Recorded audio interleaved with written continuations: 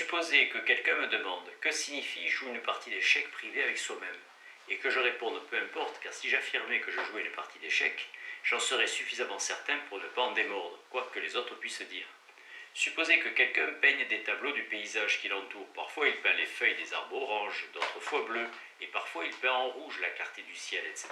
Dans quelles circonstances nous accorderions-nous avec lui pour dire qu'il était effectivement en train de peindre le paysage?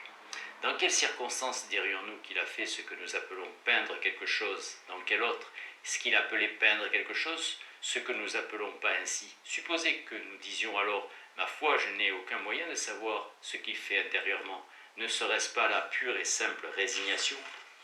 Nous appelons quelque chose un calcul, si par exemple cela conduit à la construction d'une maison. Nous appelons quelque chose un jeu de langage, si cela joue un rôle particulier dans notre existence humaine. Mais ne peut-il jouer un jeu avec les noms de couleurs qui irait à l'encontre de tout ce que les autres disent? Pourquoi dans ce cas l'appeler un jeu avec les noms de couleurs? Mais si c'est moi qui jouais, je dirais sans vouloir en démordre qu'il s'agit bien d'un jeu avec les noms de couleurs. Mais est-ce là tout ce que je puis dire à ce sujet? Est-ce que tout ce je puis dire en faveur du fait qu'il s'agit bien d'un tel jeu se ramène à l'appeler ainsi et ne pas en démordre? Dans quelles circonstances dis-je que j'ai le droit d'affirmer que je vois du rouge? La réponse consiste à en donner un échantillon, c'est-à-dire à fournir la règle. Si toutefois j'entrais constamment en contradiction avec ce que tous les autres disent, ne devrais-je pas dire que la façon dont j'applique la règle m'empêche de jouer le jeu? En d'autres termes, est-il simplement nécessaire que la règle que je fournis soit la règle qu'ils fournissent, ou faut-il encore, outre la règle, il y ait un accord quant à son application? Si ressentir la même douleur signifie la même chose que dire que l'on ressent la même douleur, alors je ressens la même douleur signifie la même chose que je dis que je ressens la même douleur. Et l'exclamation « oh » signifie je dis « oh ». Pour le dire sommairement, l'expression « j'ai mal aux dents » tient lieu de gémissement, mais elle ne signifie pas « je gémis ». Dans ses cours, Wittgenstein disait qu'elle était un substitut du gémissement. Bien entendu, l'expression « mal de dents » n'est pas seulement le substitut du gémissement, mais elle est tout de même le substitut du gémissement. Et dire cela montre combien elle diffère extrêmement d'un mot comme Watson. De Rechef, supposez qu'on vous demande « Quels sont les phénomènes sur lesquels on attirait votre attention lorsque vous enseignez le mot douleur ?» C'était certains bruits émis par les autres et par vous-même, puis on apprend à remplacer le gémissement par l'expression « j'ai mal ». Vous pourriez demander « De quoi le gémissement tient-il lieu ?» De rien du tout, mais vous ne voulez pas dire seulement que vous gémissez, non, mais le gémissement n'est pas l'énoncé « je gémis ». Lorsque je dis que nous devons admettre une expression qui ne peut pas être mensongère, on ne saurait l'expliquer en disant qu'une douleur correspond à cette expression. Nous ne mentons pas, nous disons la vérité lorsqu'on fait correspondre à ce que nous disons, lorsqu'un fait correspond à ce que nous disons. Voilà qui n'explique absolument rien, étant pure et simple répétition, à moins que nous ne puissions compléter ce que nous disons par « à savoir ceci », flèche montrant là, et par une démonstration, et toute l'explication réside uniquement dans cette démonstration. Tout le problème ici a surgi de ce seul fait que la démonstration de « je vois du rouge, j'ai mal aux dents » semble indirecte. Mais ne dites-vous pas que tout ce qui arrive, c'est qu'il gémit et qu'il n'y a rien de plus, nothing behind it. Ce que je dis, c'est qu'il n'y a rien derrière le gémissement, behind the moaning. Vous n'avez donc en réalité aucune douleur, vous ne faites que gémir, comme s'il y avait une description de mon comportement et en outre une description, au même sens du terme, de ma douleur. L'une serait pour ainsi dire la description d'un fait externe, l'autre d'un fait interne, ce qui correspond à l'idée d'après laquelle c'est dans le même sens que je puis donner un nom à une partie de mon corps et à une expérience privée, bien qu'indirectement seulement dans ce dernier cas. Et j'attire votre attention sur le fait que les jeux de langage sont beaucoup plus différents, ici et là, que vous ne le pensez. Vous ne pouvez tout de même pas appeler description un gémissement, en effet, mais cela vous montre à quel point la proposition « j'ai mal aux dents » est éloignée d'une description, et l'apprentissage des mots « mal de dents » est celui du mot « dent ». De celui du mot « dent ». On pourrait depuis le début apprendre à l'enfant l'expression « je pense qu'il a mal aux dents » au lieu de « il a mal aux dents ».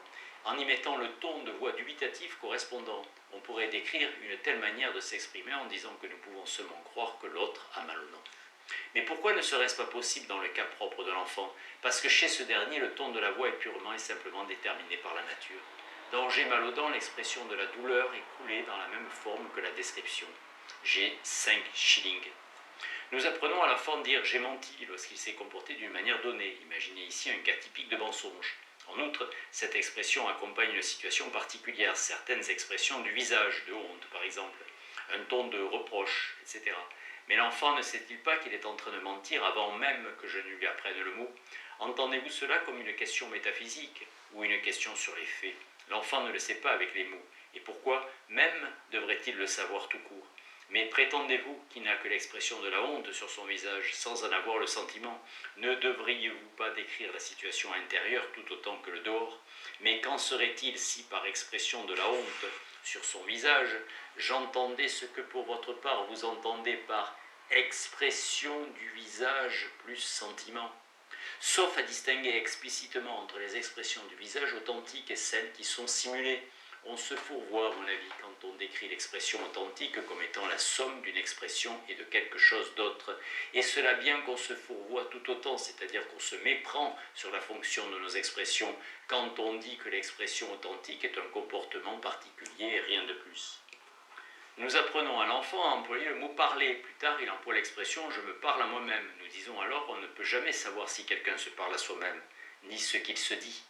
Il est certain que la description de l'expression du visage peut être considérée comme une description des sentiments et qu'elle peut également être considérée autrement.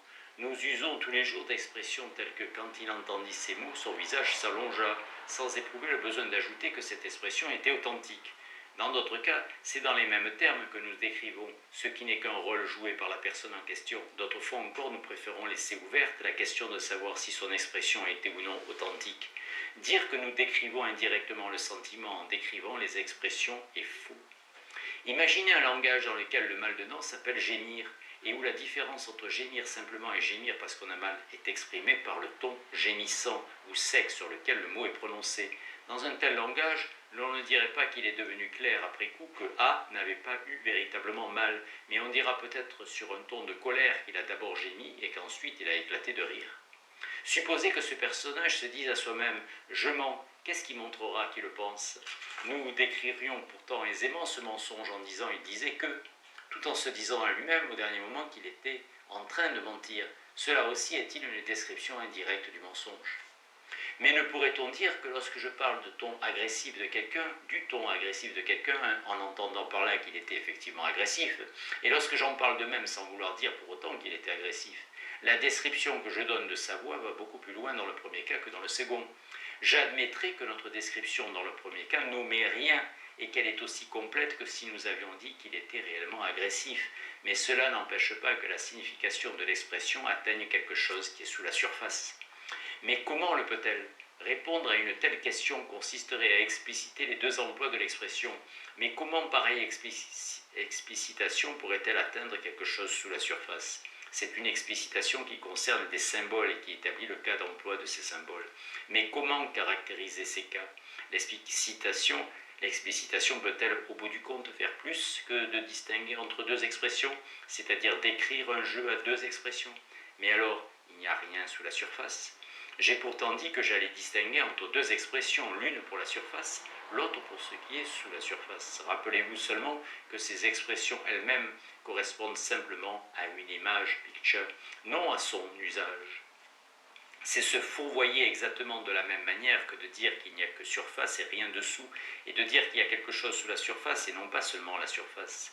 C'est ce que nous employons naturellement, cette image, pour exprimer la distinction entre à la surface et sous la surface. C'est qu'ayant employé une fois cette image de la surface, il nous est devenu tout à fait naturel d'exprimer par elle la distinction dont il s'agit comme étant celle de ce qui est à la surface et de ce qui est au-dessous, ce qui est dessous.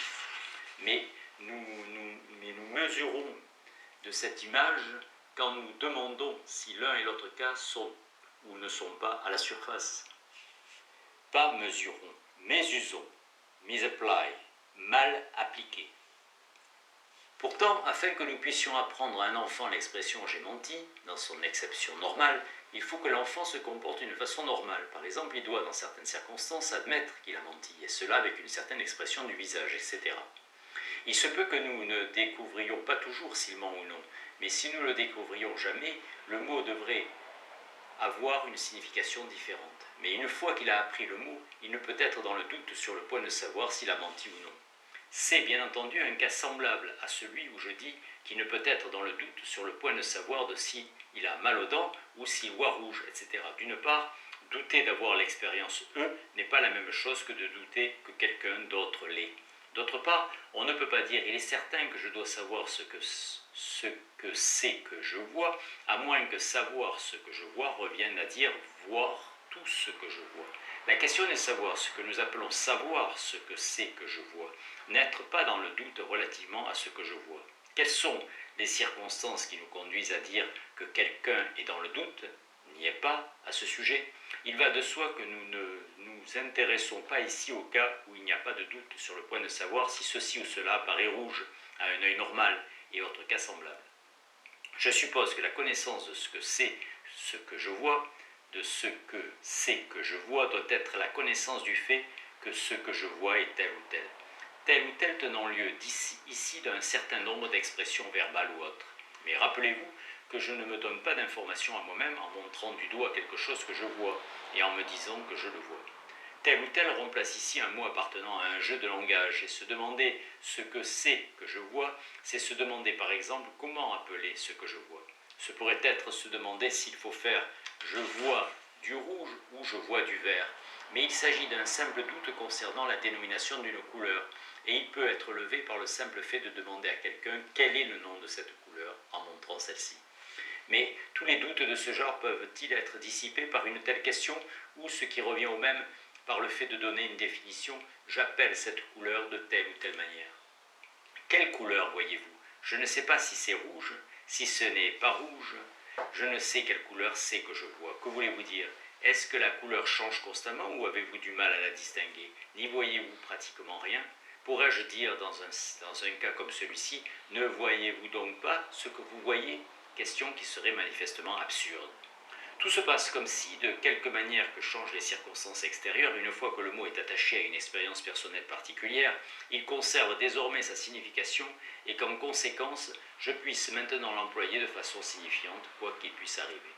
Dire que je ne puis douter de voir du rouge est en un sens une absurdité, puisque le jeu que je joue avec l'expression « je vois du rouge » ne contient aucun doute de cette forme. Il semble, quelles que soient les circonstances, je sache toujours si je puis ou non appliquer le mot. Il semble que ce qui était d'abord un mouvement dans un jeu bien spécifié devienne par la suite indépendant de ce jeu. Cela rappelle la manière dont l'idée de longueur semble s'être émancipée de toute méthode particulière de mesure. Wittgenstein a noté la totalité de ce passage comme étant insatisfaisant et écrit vague dans la marge. Ries. Nous sommes tentés de dire « en voilà assez ». Une baguette a une longueur déterminée, quelle que soit la manière dont je l'exprime. Et sur cette lancée, on pourra ajouter que lorsque je vois une baguette, je sais toujours quelle est sa longueur, même si je ne puis dire combien elle fait de pieds, de mètres. Mais supposez que je dise simplement, je sais toujours si elle a l'air petite ou grande. Mais n'est-il pas possible que l'ancien jeu perde sa pertinence quand changent les circonstances, de façon que l'expression cesse d'avoir une signification, bien qu'évidemment je puisse toujours la prononcer? Il persiste à dire qu'il a menti, bien qu'aucune des conséquences habituelles ne s'en suive. Que reste-t-il du jeu de langage, en dehors du fait qu'il prononce l'expression? Nous apprenons le mot rouge dans des circonstances bien déterminées. Certains objets sont habituellement rouges et conservent leur couleur.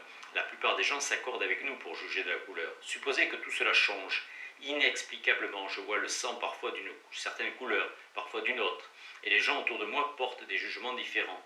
Mais ne pourrais-je, dans tout ce chaos, conserver la signification que je donne au mot rouge, bleu, bien que je ne puisse désormais me faire comprendre de personne? Les échantillons, par exemple, changeraient constamment de couleur, ou me semble-t-il seulement qu'il en est ainsi? Suis-je donc fou, ou bien ai-je vraiment qualifié ceci de rouge hier encore? Situations dans lesquelles nous sommes tentés de dire « je dois être devenu fou ». Mais nous pourrions toujours appeler rouge une impression de couleur, et de ne pas en démordre. L'atmosphère qui enveloppe ce problème est terrifiante. D'épais brouillards de langue entourent le lieu même des questions. Il est à peu près impossible de se frayer un passage jusqu'à lui. Lorsque je peins ce que je vois, est-ce que je me dis à moi-même ce que je vois? Ce tableau est unique, car il représente ce qui est réellement vu. Qu'est-ce qui me justifie quand je parle ainsi? Je vois 2 taches sur ce mur et je lève 2 doigts. Est-ce que je me dis à moi-même que je vois 2 taches? Mais de l'autre côté, cela ne pourrait-il pas être le signe du fait que je vois 2 taches? Est-ce l'image? Bild, qui est remarquable, ou est-ce moi qui la remarque? Aujourd'hui, c'est moi qui le désigne. Hier, c'était aussi moi qui le désignais. Signification de « il me désigne ». Je vois qu'il désigne A. Je vois qu'il me désigne. Imaginez le jeu suivant. Quelqu'un dit à quelqu'un d'autre ce que celui-ci voit. S'il a bien deviné, il est récompensé. Si A n'a pas deviné ce que B voit, B le corrige et dit ce que C qu'il voit. Ce jeu est plus instructif encore si l'on imagine que les personnes, au lieu de dire ce qui est vu, en font une peinture ou une maquette. Imaginons maintenant que je sois l'un des joueurs. Ne serait-ce pas tenté de dire « le jeu est asymétrique » car ce que je dis, que je vois, est seul à correspondre à une image visuelle. Le problème se pose ainsi. Ceci, flèche montrant là, est ce qui est vu, et c'est aussi ce que je vois. Demande-toi, n'y a-t-il que moi qui puisse voir ceci? Flèche montrant là. Ou quelqu'un d'autre peut-il le voir aussi? Pourquoi n'y aurait-il que moi? Pour moi, il n'existe pas de différence entre je et ceci, flèche montrant là. Et le mot je n'est pas pour moi un signal qui privilégie un lieu ou une personne. J'essaye de réduire tout le problème et la non-compréhension de la fonction du mot je et de ceci, flèche montrant là.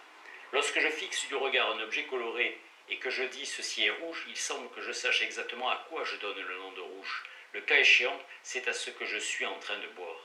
C'est comme s'il y avait un pouvoir magique dans les mots ceci est. Je puis me contraindre à dire il n'y a pas de mal dedans, ici. Flèche montrant là, dans la joue de l'homme qui dit qu'il a mal aux dents. Et comment exprimerait-on cela dans le langage ordinaire? Ne serait-ce pas que je dirais que je n'ai pas mal aux dents à cet endroit-là? Mais qui dit cela? Moi. Et qui dit cela? Moi. Supposez que je pose la règle suivante. Là où je dis j'ai mal aux dents, je dirai désormais chaque fois il y a là un mal aux dents, un mal dedans. Je dis au garçon apportez-moi un bouillon clair et de la soupe épaisse pour tous les autres. Il essaie de se souvenir de mon visage. Supposez que je change entièrement de visage, de corps, tous les jours. Comment fera-t-il pour savoir lequel est moi? Mais cela met en question l'existence du jeu. Si toutes les pièces du jeu d'échecs étaient pareilles, comment saurait-on laquelle est le roi? Mais il semble que bien qu'il ne puisse pas savoir lequel est moi, je puisse toujours le savoir. Supposez maintenant que je dis « ce n'était pas un tel, c'était moi qui vous avais commandé un bouillon léger. Ne pourrais-je pas me tromper? Certainement si, par exemple, je pourrais croire le lui avoir commandé, mais ne pas l'avoir fait. Y a-t-il là deux erreurs possibles de ma part? L'une qui consiste à croire que je lui ai bien commandé, l'autre que c'est moi qui le lui ai commandé.